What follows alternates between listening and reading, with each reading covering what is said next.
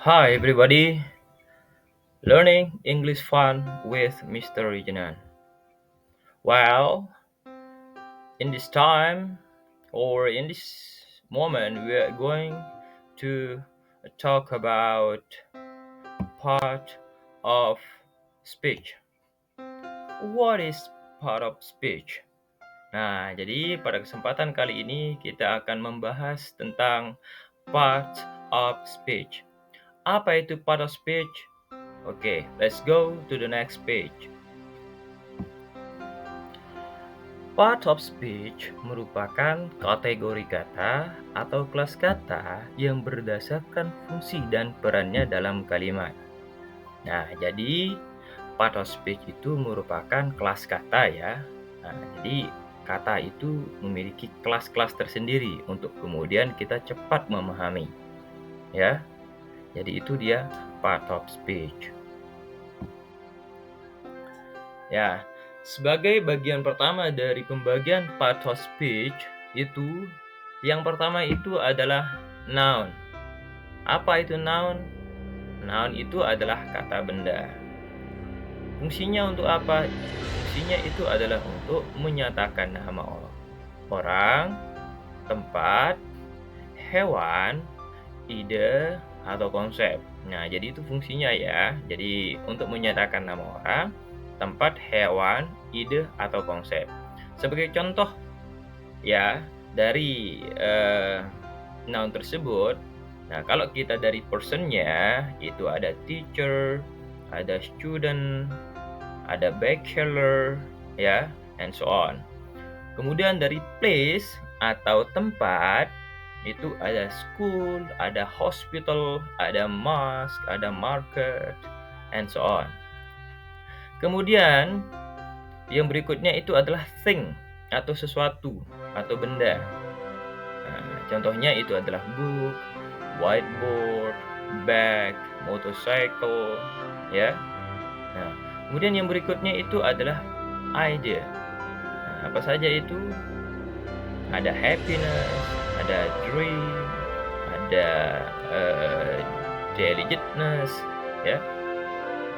Kemudian contoh berikutnya itu adalah the student read the book.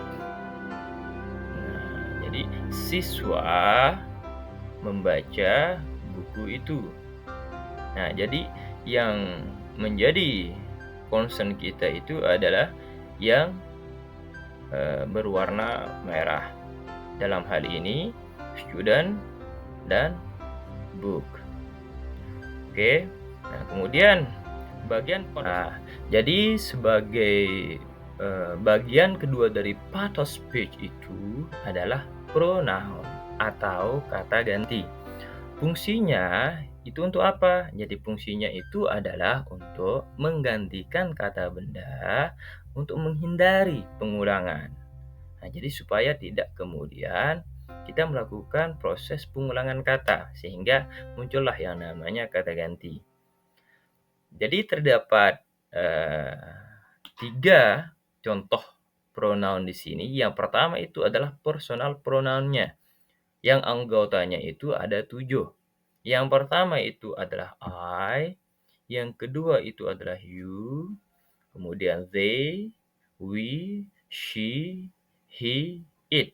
Nah, jadi ada 7 anggota daripada personal pronoun. Possessive pronoun itu juga anggotanya 7, ya. Jadi pertama itu adalah my, your, their, our, her, his, or its. Ya. Nah, contoh dalam konteks penggunaannya di dalam kalimat itu adalah Elisa is a student. She is my friend. Nah, kalau kita terjemahkan ke dalam bahasa Indonesia, Elisa itu adalah siswa yang cerdas. She is my friend. Dia adalah teman saya. Nah, jadi she ini yang berwarna merah itu merupakan ganti ataupun pronoun daripada Elisa. Oke? Itu dia maksudnya sehingga menggantikan kata benda untuk menghindari pengulangan. Jadi di sini dia tidak lagi menaruh Elisa, melainkan she. Oke, jenis part of speech berikutnya atau kelas kata yang berikutnya itu adalah verb atau yang ketiga itu adalah verb, kata kerja. Fungsinya untuk apa? Fungsinya itu adalah menyatakan tindakan, keadaan, atau kejadian. Jadi verb itu dia adalah kata kemudian yang relate atau yang berhubungan sama apa yang bisa dilaksanakan. Ya, jadi untuk gampangnya itu adalah seperti, apa yang dilakukan oleh panca indera kita. Misalkan dari mata, apa yang bisa dilakukan oleh mata? Melihat, ya. Kemudian, untuk telinga, mendengar, ya, dan yang lainnya. Contohnya dalam konteks penggunaan kalimat, "He plays the guitar." They read the book. Nah, jadi kata-kata yang berwarna merah ini merupakan verb.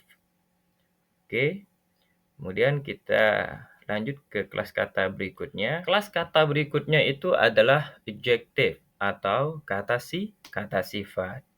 Fungsinya itu untuk apa? Fungsinya itu untuk menjelaskan noun atau pronoun, yaitu fungsinya itu nanti menjelaskan kata benda itu atau pronoun itu sendiri.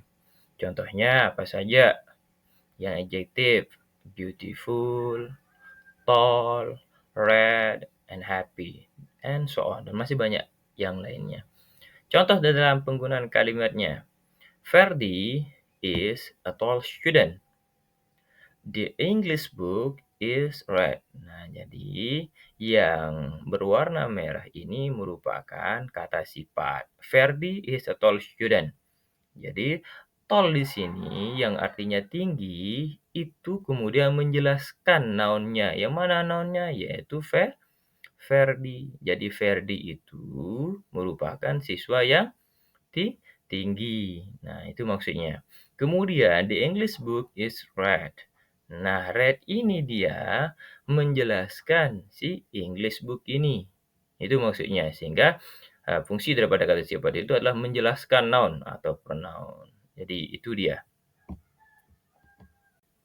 Kemudian, kelas kata yang selanjutnya itu adalah adverb atau kata keterangan.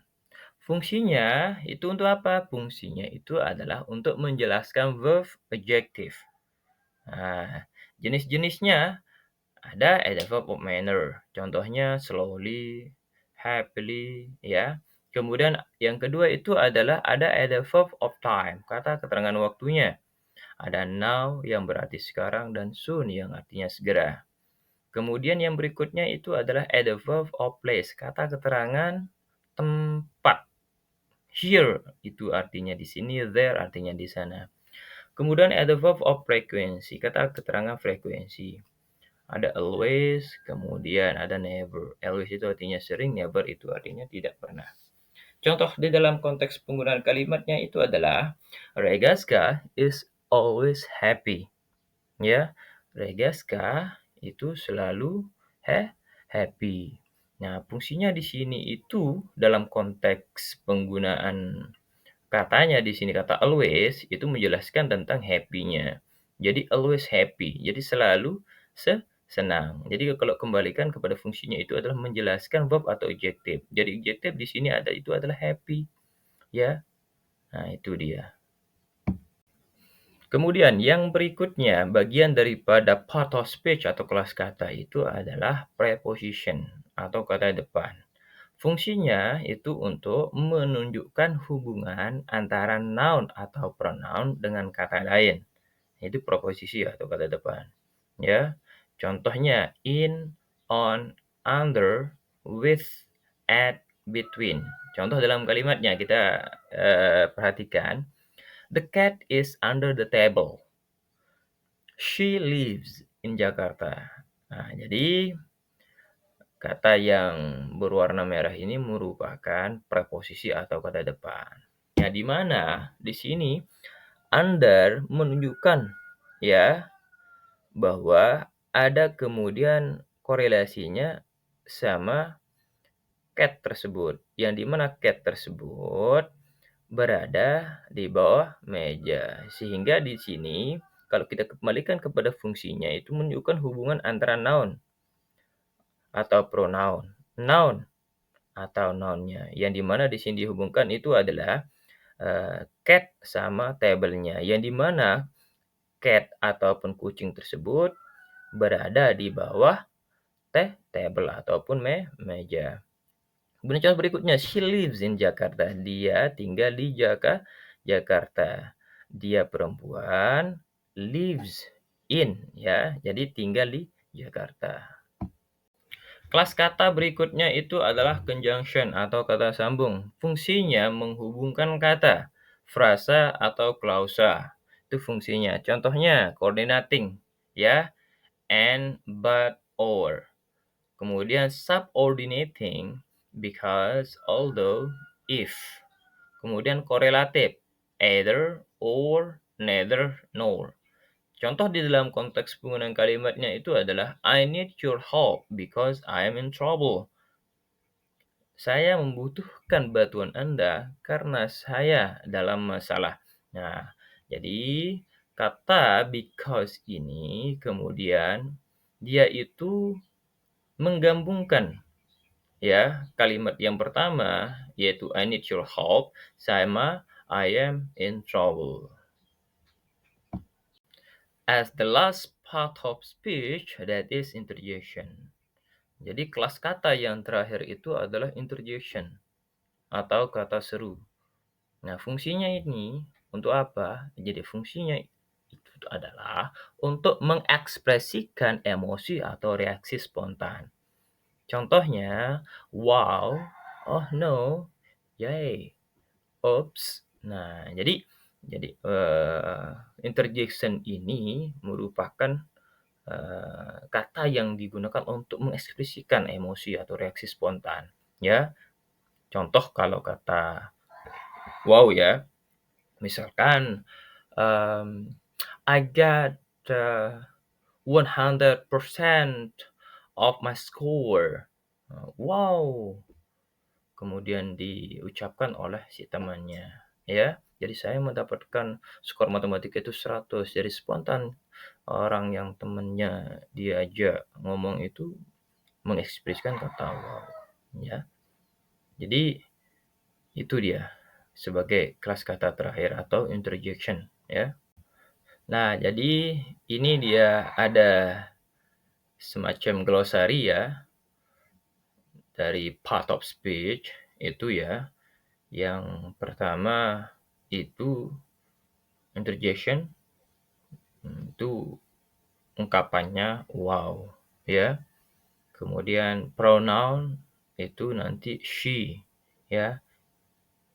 Ada verb itu quickly, verb opened, article plus object, adjective plus noun, the old books, preposition under, conjunction but, adjective empathy. Jadi ini semacam glosari yang dimana kata daripada sampel ini merupakan bagian dari part of speech tersebut, ya.